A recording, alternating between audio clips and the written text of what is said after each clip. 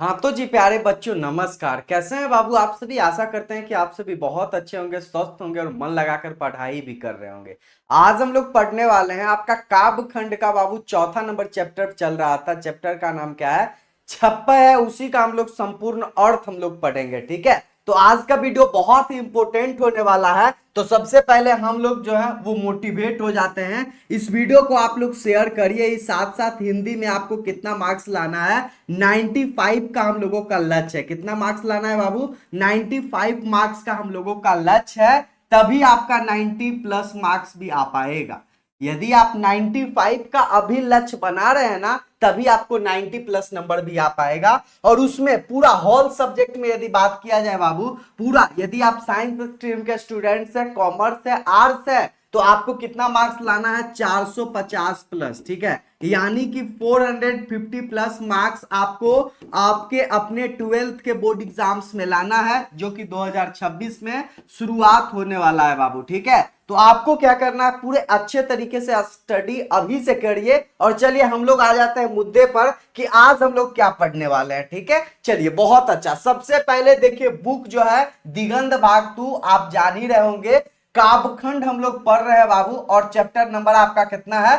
Fourth number chapter हम लोग शुरुआत कर चुके हैं। ठीक है, यानी कि पहला चैप्टर, दूसरा चैप्टर, तीसरा चैप्टर हम लोग समाप्त कर चुके हैं। प्लेलिस्ट में आप लोग जाकर देखिए, नहीं देखे हैं तो। ठीक है, उसके बाद 26 चैप्टर है, और इसके जो कवि हैं वो नावादास हैं। कौन है? नावादास जो है इसके कवि। किसके? 26 जो फोर्थ नंबर चैप्टर है।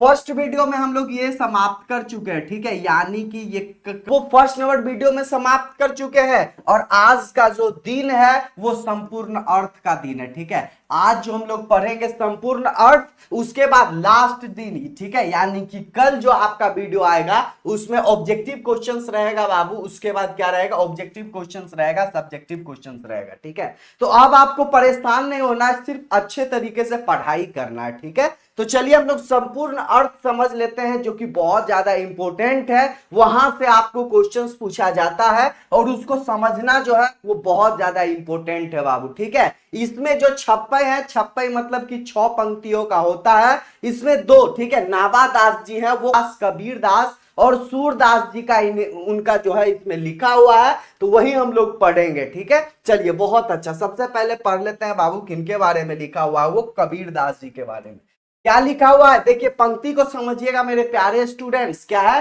कि भक्ति, क्या लिखा हुआ है? भक्ति विमुख जे धर्म सो सब अधर्म करी गाई। भक्ति, लेकिन भक्ति मतलब क्या है? भजन कीर्तन। भक्ति विमुख, ठीक है, विमुख जो भक्ति से अपना मुख अलग कर लेता है, जो भक्ति नहीं करता है। ठीक है, जे धर्म सो अधर्म करी गाए, उन्हें बोला जाता है अधर्म बाबू। ठीक है, ये देखिए मुख है। यदि ये मुख है तो यदि आप भक्ति नहीं करते हैं तो वो क्या? यदि मुख के सामने यदि अधर्म वाला काम है तो वही चीज यहां पर बताया गया है। ठीक है, कि भक्ति विमुख जे धर्म सो सब अधर्म करी गाई। तो क्या है अर्थ में? देखिए क्या लिखा हुआ मेरे प्यारे स्टूडेंट्स। तो अर्थ में देखिए यही चीज है कि नावादास द्वारा लिखा गया यह छप्पय भक्तमाल से संकलित है। कहां से लिया गया है?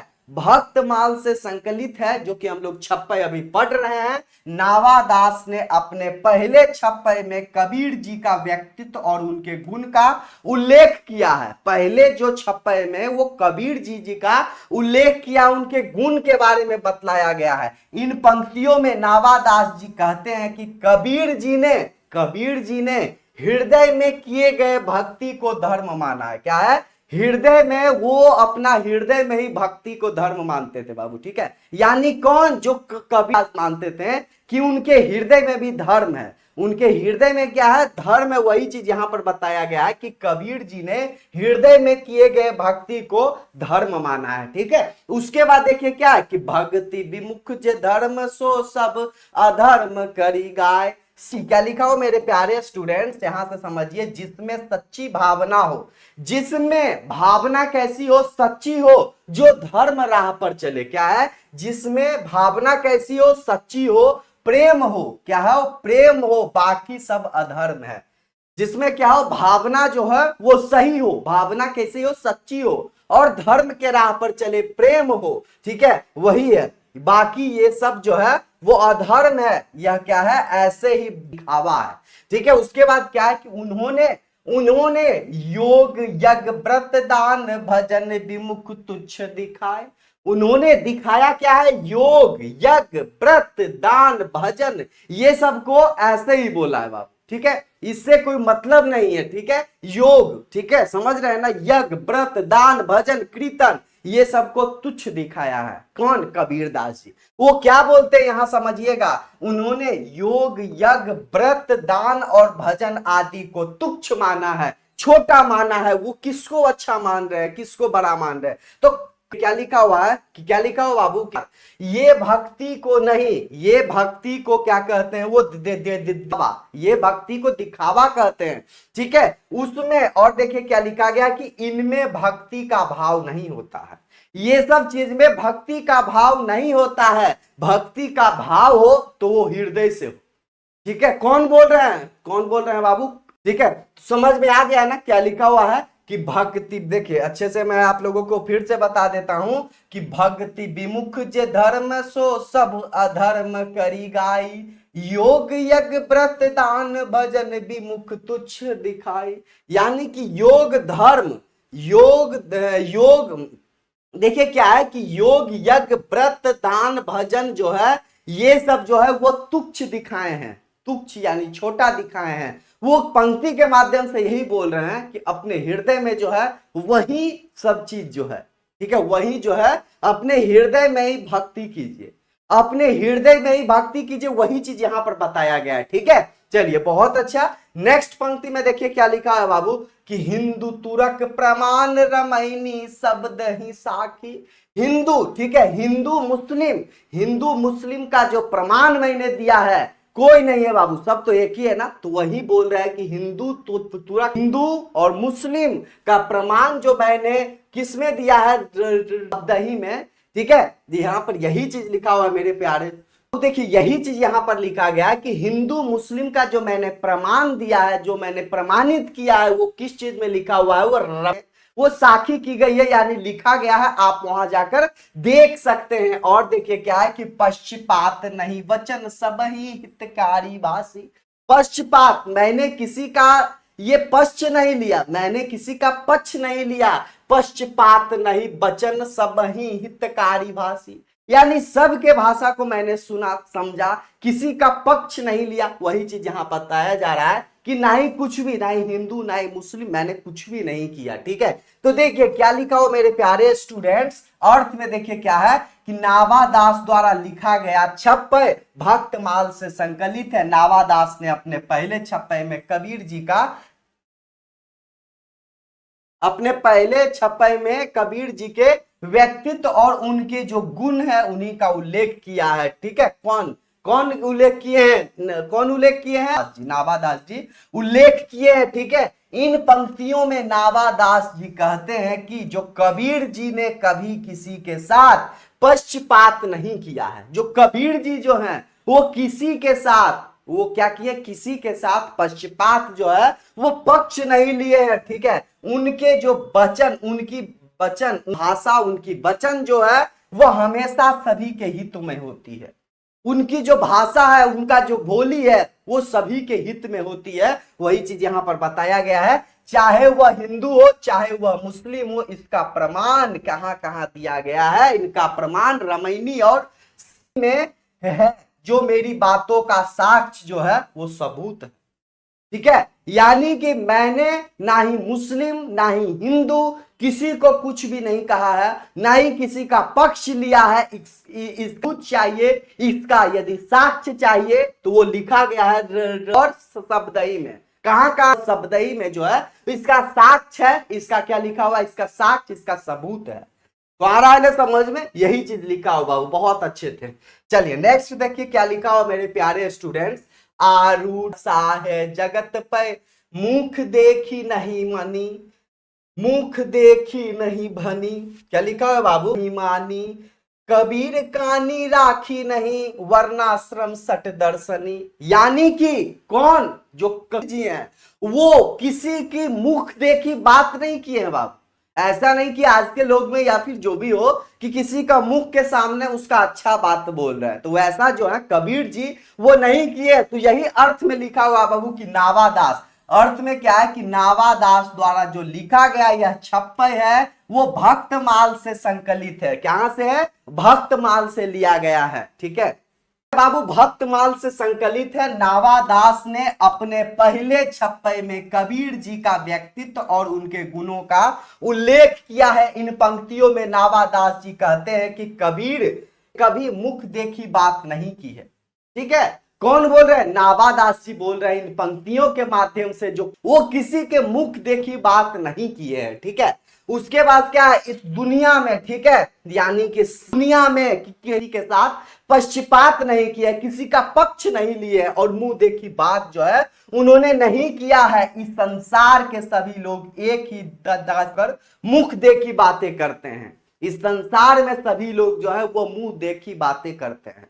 यानी कि कोई मनुष्य है, यदि कोई आदमी है तो होता है ना कि उसके सामने अच्छा अच्छा बात उसके बारे में बोल रहे हैं लोग, तो जो देखी बातें नहीं करते थे, ठीक है, वो किसी का पक्ष नहीं लेते थे। कौन जो है हुआ है, पर कबीर ने कभी ऐसा नहीं कहा है। कौन नहीं कहा है? वह कभी सुनी जो है वह बातों पर नहीं किया है। कौन बाबू? नावादास जी बोल रहे हैं कबीर जी के बारे में।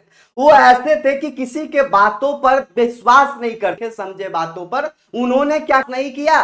ठीक है, और साथ साथ किसी का वो पक्ष भी नहीं लेते थे, ना ही हिंदू ना ही मुस्लिम, वो ऐसा करते भी नहीं थे। ठीक है, चार वर्ण, क्या लिखा हुआ? चार वर्ण, चार आश्रम एवं और चार ददनी को भी उन्होंने महत्व नहीं दिया है।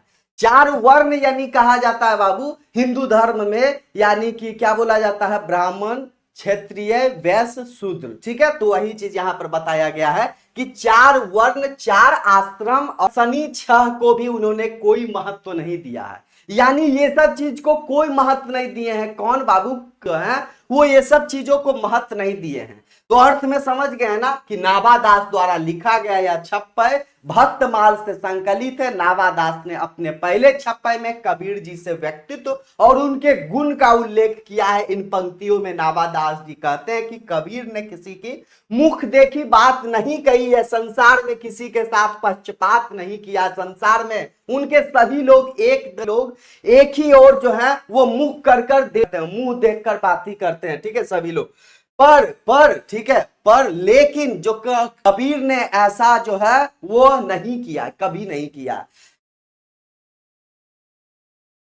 कबीर ने कभी सुनी हुई बातों पर आस नहीं करते थे।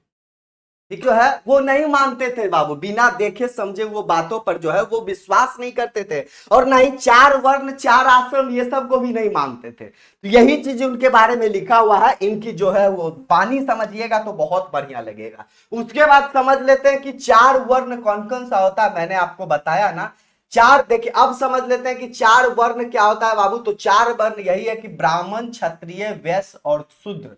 चार आश्रम क्या होता है? चार आश्रम यही है कि ब्रह्माचार्य, जो छोटे लोग होते हैं जब स्टडी करते हैं वो ब्रह्माचार्य होता है।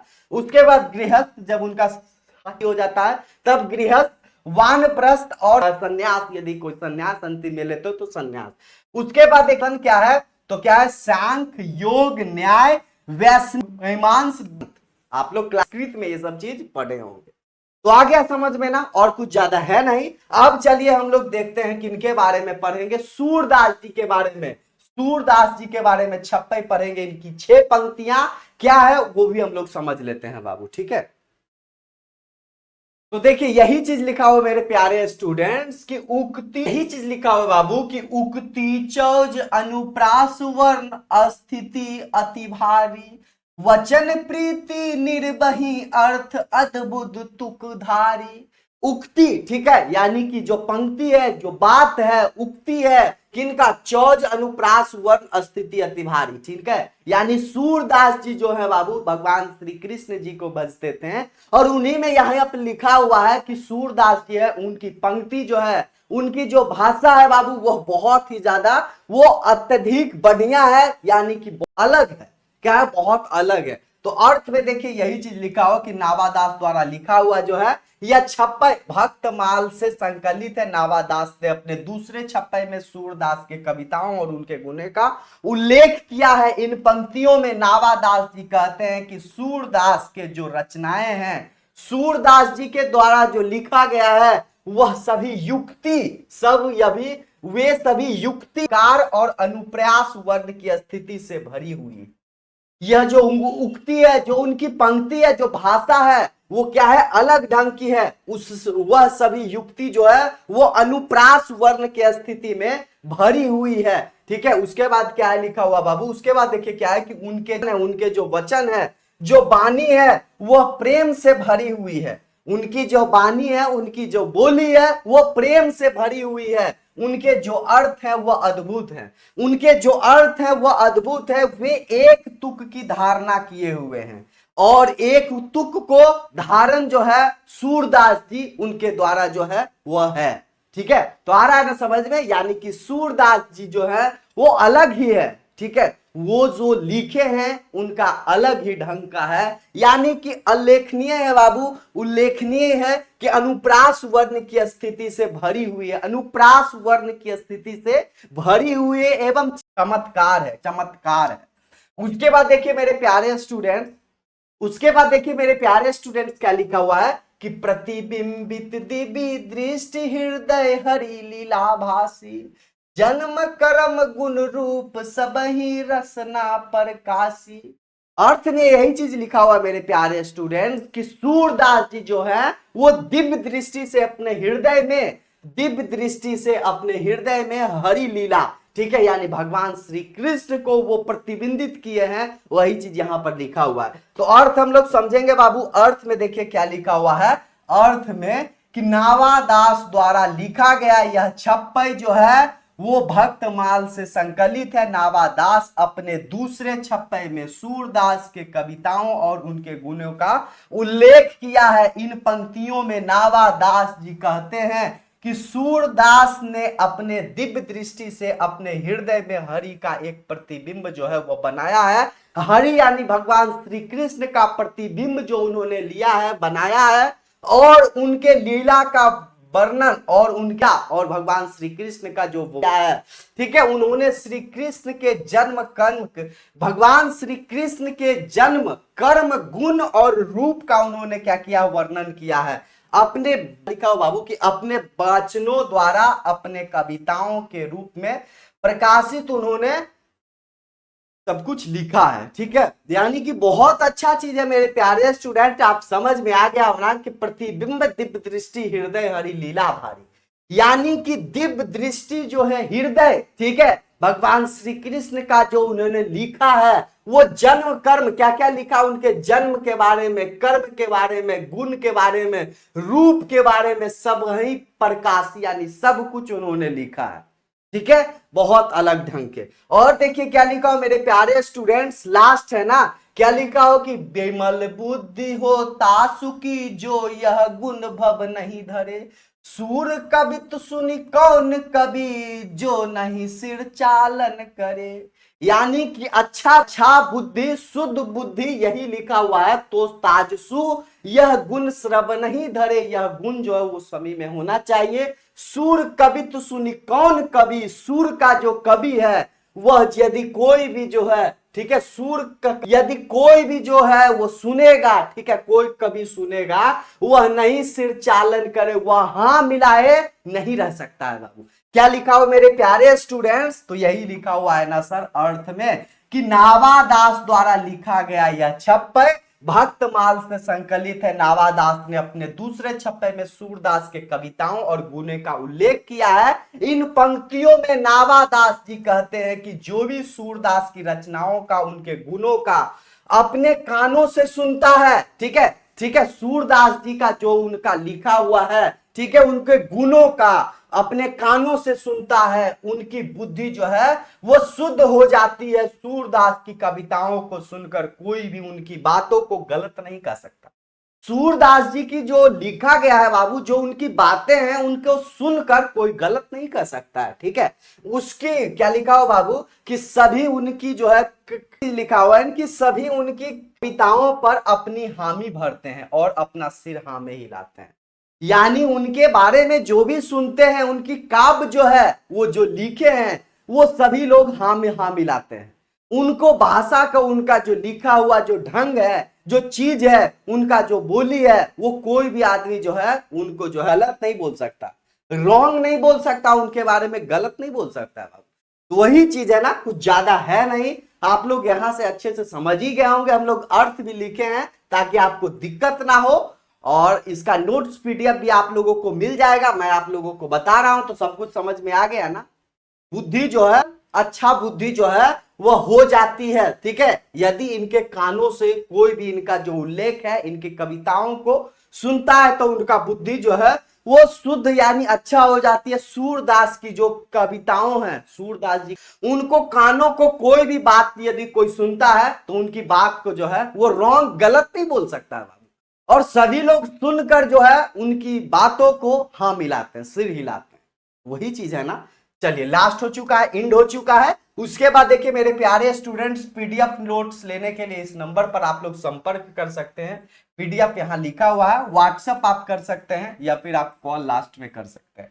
नंबर क्या है तो 7667140322 के नंबर पर आप लोग संपर्क कीजिए। तो आज के लिए इतना ही बाबू। हम लोगों का जो लक्ष्य है हिंदी में 95 प्लस, कितना लक्ष्य है बाबू, 95 प्लस स्कोर करने का हम लोगों का लक्ष्य है। और टोटल यदि मार्क्स पूछा जाए तो 450 प्लस हम लोगों को लाना है। यानी अभी से आप लोग पूरा मेहनत से आप लोग पढ़िए और इतना स्कोर करना है। क्या करना है, स्कोर करना है, ठीक है। और नोट्स पीडीएफ मिल जाएगा, नोट्स पीडीएफ आप लोगों को परेशान नहीं होना है, नोट्स पीडीएफ आप लोगों को मिलेगा, थोड़ा सा समय है, ठीक है। तो आज के लिए इतना ही मेरे प्यारे स्टूडेंट्स, हम लोग समझ ही लिए हैं। उसके बाद नेक्स्ट वीडियो जो आएगा उसमें ऑब्जेक्टिव क्वेश्चन, सब्जेक्टिव क्वेश्चन जितना भी रहेगा वो हम लोग सब कुछ देखेंगे, ठीक है। तो बहुत बहुत धन्यवाद। मन लगाकर स्टडी करते रहिए मेरे प्यारे स्टूडेंट्स, और इस वीडियो को जितना ज्यादा हो सके आप लोग जरूर शेयर कीजिएगा। बहुत बहुत धन्यवाद।